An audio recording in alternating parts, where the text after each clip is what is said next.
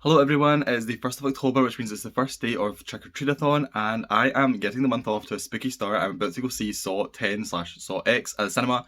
I'd never seen any of the Saw films until, honestly, the last month, and I binged them all so I could go see Saw 10, and I actually really enjoyed them. They were so much better than I thought they were going to be, and I'm very excited for this one. I've heard it's really good. It's getting really good reviews, so that'd be the perfect way to kick off Halloween season. I'm actually going to try and watch a horror film every single day this year, or if not every day, then at least 31 over the course of October. And so fingers crossed for that. But yeah, I've actually not started any books yet. I'll probably try and start a book tonight when I come home. But right now we're going to go see Saw, and we're also going to see The Creator, which is a sci-fi film, which I'm very hyped for as well. Heard from people that have seen it that it's supposed to be really good, so I'm excited for that, and I'll obviously tell you my thoughts on them all. But yeah, I hope everyone is going to have a great reading month. I hope I have a great reading month. I'm a little bit hungover right now as well. I feel like my voice is a little scratchy. I was out last night with my friends. It was very fun, but suffered a little bit this morning. But we're fine now. Very excited to go cinema. I hope you enjoy this vlog. I don't know where it's gonna go. I don't have much plans for what I'm gonna do each day, but I'll go for my reading, of course. It's a reading vlog mostly. We have film number 1, and then film number 2. I never filmed when I got home last night just because it was dark and I wanted to make food and stuff, but both of those films were so good. The Creator was so emotional, so cool, just the story, the AI, the powers, the whole world was like so visually stunning. It was like amazing to look at. It was one of my favourite sci-fi films I've seen in a long time.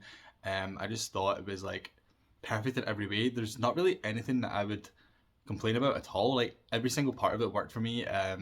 And yeah, it was just like stunning to look at. But then it was also like the ending really got me and Andrew. Like I was teary-eyed. He was like actually crying. Sorry to out you, Andrew, if you ever watch these. But yeah, we both like loved it. And then Saw X was like so fun. Again, if you're not like into that type of film, like if you like Saw films or not, to be honest. Like even before you see it, you're like, I don't think I'll like that, or I will like that.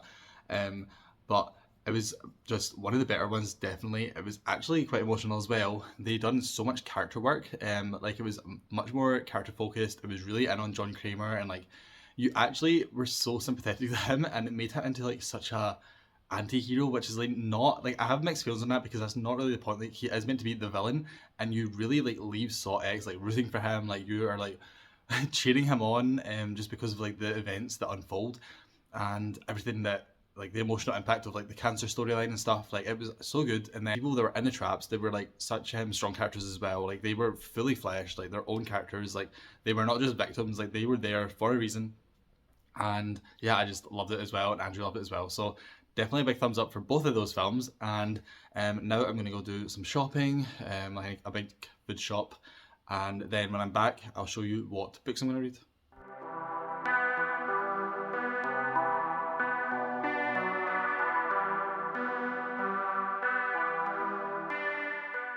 So I just came up as that, and my total is 1939, and that's my receipt there if you want to see. Since I moved into my own place, I'm doing all my own shopping. Even though before I was like, I gave my parents money and then they'd done the shop, now I'm physically going in the shop and buying stuff myself. I just think it's important to share like how much things are, where there's good deals and stuff, and I've been posting them on my vegan Instagram page whenever I do big shops, just to show other vegans, especially in the UK, like where's good deals and what I'm buying, and so they can have ideas for themselves, and also know like, okay, well if I go to Tesco, normally it's this price, but Connor posted it on his Instagram and it's that price. I just think it's important to share these things because life is expensive, and every little penny helps. So yeah, now I'm gonna go to Aldi, and that's where I get a lot of my freezer stuff, and then I also need to go to Farm Foods because I get frozen veg there. So I'll do all that in then sometime.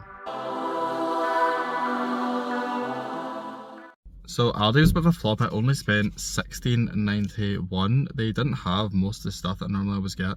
Yeah, like the shelves were a little bit empty today, so I didn't get that much. So the only place I have to go now is Farm Foods, and then we already have a lot of fruit, so I haven't bought any fruit. But yeah, Aldi, normally I spend a genuinely like £40 at least, but I don't know.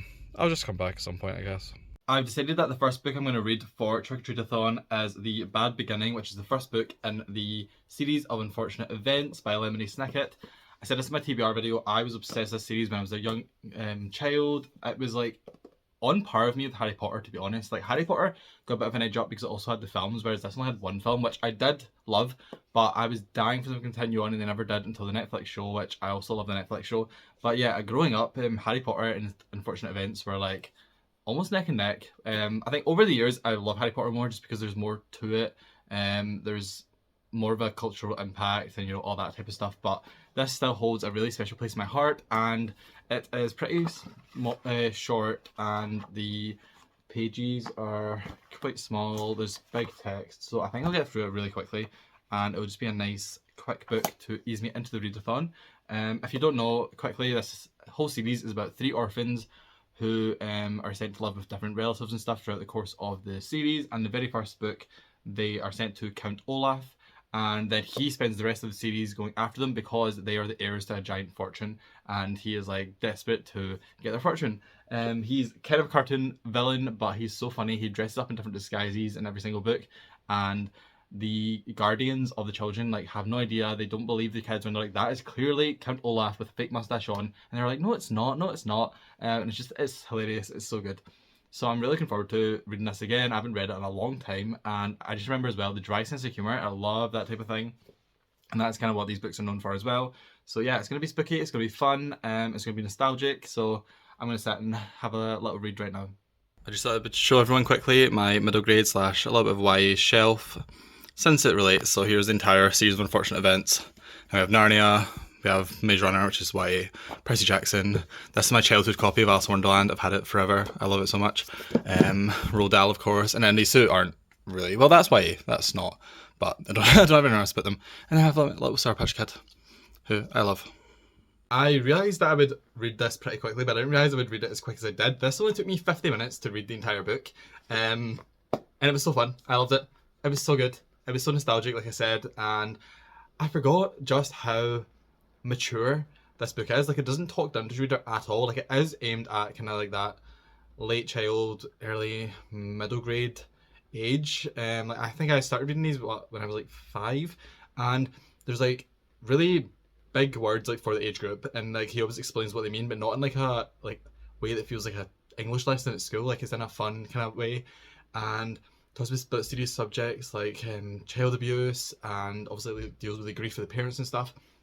And yeah, it was just so good. I love this. I honestly just want to jump in and start reading the rest, but they're not on my TBR, but I definitely am going to like go through the rest of them probably November, December, because this was actually so fun, and it genuinely took me 50 minutes, even like maybe like 49 minutes to read the full book, and it's like 163 pages I think I counted, but I just like flew through it because obviously like the text is like pretty big and stuff. So yeah, successful first day of reading. I did not expect to finish an entire book in one sitting, but you know, I'll take it. It was really fun. I don't know what I'm going to do next, but my plan today is to watch Ghostbusters. I'm going to try and watch like one horror movie a day. And Ghostbusters isn't really like horror, but it is horror adjacent, and I've never seen it. And they're on Now TV, and our Now TV subscription ends on the 16th, and we're not renewing it again. We just like got it for like a month or two just to use. So that's my plan for the rest of today. But yeah, this was such a good start to readathon. I'm so happy. This was really fun. First of all, Ghostbusters last night. Really enjoyed it. Did not like the characters at all, to be honest. I liked Rick Moranis, like Sigourney Weaver, but Bill Murray's character was like unbearably annoying and disgusting. I hated him. And the other Ghostbusters were like kind of forgettable. But the overall like film, like the effects and everything, the ghosts and all that, I like really did enjoy it. So I give it 4 out of 5 on Letterboxd. If you don't follow me on Letterboxd, please do. It's my favourite website at all right now. It's like movie ratings and stuff. I love it. And I always write really big reviews. But anyway, that was Ghostbusters, and I'm gonna watch the second one tonight. I just came from work a while ago, and I've been chilling, but now I'm gonna try and start The Bloody Chamber by Angela Carter. This is a short story collection for that Prompt, the Streets of Horror one, and it has Red Riding Hood, Bluebeard, Puss in Boots, Beauty and the Beast, vampires and werewolves. It's like a dark, twisted retellings, and I think it should be quite fun, and it's quite short, so it shouldn't take me too long to get through. I only managed to read 20 pages of The Bloody Chamber, and then I fell asleep for a while, and I had to make dinner, and you know, it's a bit later on now, so I don't know if I'm going to read any more tonight, because it is very dense. Like, the little bit I did read of the first book, which is, or the first short story, which is The Bloody Chamber, I did enjoy it, but it's very dense. Like, the language is you have to really pay attention. I just think I'm too tired tonight. So I don't know if I'm going to read any more tonight, but I am going to watch Ghostbusters 2, which is exciting. Andrew actually says this one's better than the original in his opinion, so let's see if I agree. But yeah, Bloody Chamber, hard, quite a dense read. I've just finished the titular short story from this collection, The Bloody Chamber, and it was actually really good. Like I said in the last clip, the language is a little bit dense. It took me a minute to get into it, but I actually did really enjoy the second half, especially. There was really strong like gothic themes, and it felt a little bit like Rebecca at times, like a twisted darker version of Rebecca, and Rebecca's already kind of dark. So I actually did really enjoy it, and I liked the conclusion and everything. So yeah, I would definitely recommend checking this out. I'm going to read the rest of the stories over the course of the month, but technically that is me finished the Simpsons prompt already because you only technically have to read one short story for that prompt. So that was good. But like I said, I'm going to read the whole book eventually because that was the longest story. I'm sure the rest of them are shorter, and that was like 42 pages, so it shouldn't take me too long at all. But yeah, this was fun. My plans today, I'm off again. My shifts are so good this week, but as in like I don't really have any. So I'm going to go to cinema again. I go to cinema like at least once a week. I love going to cinema, and today I'm going to see a film by myself, and then I'm going to go see The Exorcist, which is out just for one night again as like a retro thing with my friend Elliot. So that's going to be fun. These are all the short stories that are in this collection. So a nice little selection of stories there. Next, I'm going to take a little detour. I am enjoying the short stories, but I want to read an actual novel, so I'm going to dive into Where the Crawdads Sing. Like I said in my TBR video, I've seen the film for this and I loved it, but I actually don't remember a lot of the details. I just remember like the emotions and the feelings, and like I really loved it and the aesthetic and everything. So hopefully that all comes through in the book as well. I'm sure it will. And if you don't know, the very basic premise of this is that it's about a girl who lives alone, like out in the marsh. She's in North Carolina. She's known as like the Marsh Girl, and like people aren't even like fully conscious of the fact she's there. There's like rumors like, oh, the Marsh Girl, like is she even a real person? And then basically something bad happens in the town, and everyone blames her. And that's all I can really remember off the top of my head. And there's like a big romance factor as well. So hopefully this is good. I wanted to read it for a long time since I've seen the film, so I decided to dive into it, and I feel like it shouldn't take me too long. It is about, well, actually, it's about 370 pages.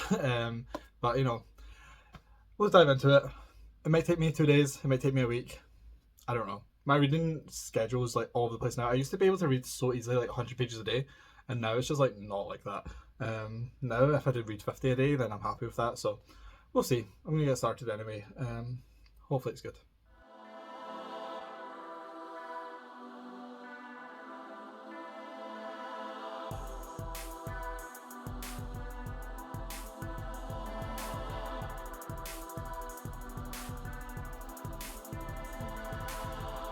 What the fuck you mean I can't be angry? Think it's justified behind your pavement. Telling all your friends you didn't like me. I've got up to page 100 of Where the Crawdads Sing, and I'm loving it. It is very much like the film, but like I said, I don't really remember the plot super well, so it's been interesting to dive into it again. I have no idea where the mystery is going, like I really cannot remember the details there, but I just love the atmosphere, the swamp, the marshes. It's also atmospheric and descriptive, and like the marsh, or what do they call it? Yeah, the marsh really feels alive, and I'm just loving all of that part, and like the animals, and like Kaya's life. Like she's this young girl surviving on her own, and it's so sad, but it's also so impressive, like how she's like working out how to survive and make money and all this stuff and make food and everything. I just love it. And then the romance is just starting now on page 100, so I'm looking forward to that. But yeah, it's given me all of the kind of vibes of the film that I wanted. I'm really enjoying it. The writing's really good as well. I do really like this. I think this might be a 5-star book. But yeah, tonight I am going to go to a pub quiz with my friends. We have been 3 times and we won the first 2 times we went. Third time, not so much. But hopefully we win again tonight because you win a £30 gift voucher, and we still have one from the second time we won to use to get a free dinner tonight for the quiz. So that's going to be fun. And yeah, it's nice to see people. Last night, Exorcist with my 2 friends, that was really fun as well. The film was quite slow. I've seen a few 70s films before, so I know they're all kind of like that. They're all kind of slow. They just take their time a lot more than modern films do. But I still enjoyed it. I would not rush back to watch it anytime soon, I don't think. But maybe in like 10 years. I'd watch it again. There was a lot of iconic scenes. The actual exorcist scenes were really fun, the possession stuff, but there's a lot of filler. But anyway, it was fun, and hopefully tonight's fun as well. And this is really good. I'm enjoying it. Baby, I don't like that type of energy. Don't like the way you're looking at me. Don't like the way you're talking about me. Hello, so I'm going to wrap up this week's vlog here and start next week's vlog after this. To do a little wrap up, I completed 2 prompts. I completed the Magic School Bus prompt, which was to read a middle grade or children's book, and I completed the Simpsons prompt, which was to read a short story. I am going to read the rest of that collection over the month, but the prompt only called for 1 short story, so I completed that. And right now I am in the middle of Where the Crawdads Sing, which is for the That's So Raven prompt to read a book with an animal in the title or the cover. I am on page 202. And I am absolutely loving this. It's so much sadder than I remember the film being. Like I've said a few times, I just remember the vibes from the film and I remember loving it. And I still love this book as well. But it's so much sadder than I expected.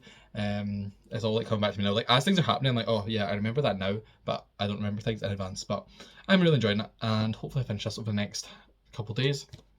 I didn't vlog Friday or Saturday purely because I was working the entire day. So I basically skipped from Thursday to Sunday, but I genuinely worked from like 10 a.m. to 10 a.m. to 10 p.m. I did 12 hours, so I didn't have a chance to do anything. But I did read a little bit in work, so we had that at least.